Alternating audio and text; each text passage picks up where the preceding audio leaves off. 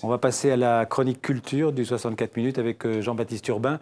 Un coup de cœur, c'est le cas de le dire, pour un film d'aujourd'hui avec deux grandes actrices françaises. Regardez. Bonjour, je dois faire mon bilan de compétences maintenant. C'est quoi exactement votre poste? Hôtesse, goûteuse, gérante, relations publiques. En fait, je sais pas ce que c'est mon métier. Mais vous êtes complètement dingue de m'inviter ici. Tout va bien, le repas vous a plu? Oui, bon.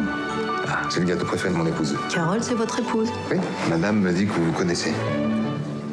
Oui, on va ensemble à la gym.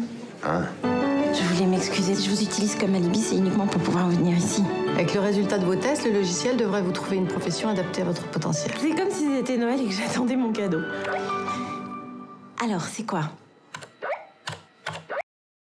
Alors, vous aurez reconnu Karine Viard et Emmanuelle Devos, deux actrices françaises qui sont dans le film d'Anne Lenny, On a failli être amis. Voilà, Anne Lenny, c'est une réalisatrice qui en est à son 4e long métrage. Elle est actrice aussi.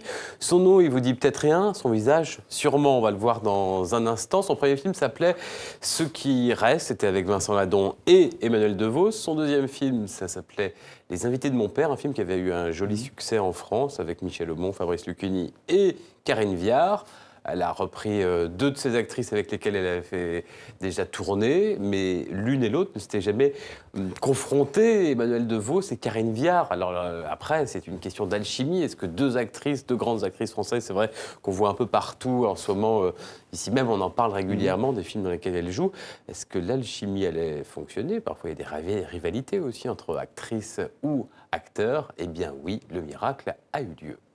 Elles ont des tempéraments très différents, mais je trouvais que leur approche du travail d'actrice, en particulier leur humilité, leur acharnement d'artisan, et puis la profondeur avec laquelle elles s'accaparent les rôles, faisait qu'il y avait quand même vraiment un truc de famille. Et je savais qu'elles avaient envie de travailler ensemble et qu'elles s'admiraient mutuellement beaucoup. Ensuite, voilà, ça relève un peu du petit miracle, ça marche ou pas. Et elles ont eu beaucoup de plaisir à jouer ensemble, vraiment. Tu vois le bâtiment là-bas? C'est un centre équestre. Et d'après mes renseignements, il est à vendre. Franchement, c'est pas l'endroit idéal pour commencer une nouvelle vie? Si, mais je me vois mal prendre en main une affaire comme ça toute seule. Carole, ça suffit. Il faut que tu prennes conscience des qualités formidables que tu as développées au Moulin Blanc. Tu crois vraiment? Mais bien sûr que je le crois vraiment. T'as un énorme potentiel. Oui, mais faire ça toute seule quand même.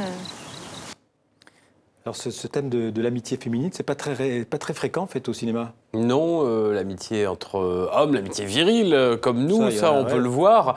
Mais alors entre femmes, on s'avère souvent, ce que je disais tout à l'heure pour deux actrices, à la rivalité avec l'une qui veut piquer le mari de l'autre. Là, en l'occurrence, c'est pas le cas, parce qu'il y en a une qui veut se débarrasser de son mari et l'autre qui va le récupérer. Il y a d'autres choses peu habituelles dans ce film, notamment ce centre de formation pour adultes, ce métier de formateur pour adultes qui veulent changer de métier, changer de voie. Ça, c'est assez inhabituel. C'est une comédie, on l'a dit, mais une comédie avec une petite musique assez particulière, douce amère. Et puis il y a un thème qui traverse en fait tous les films d'Anne Lenny, dont celui-ci, On a failli être amis. Ce thème, c'est la vérité ou la vérité des sentiments, la sincérité des sentiments et des relations. Séquence introspection.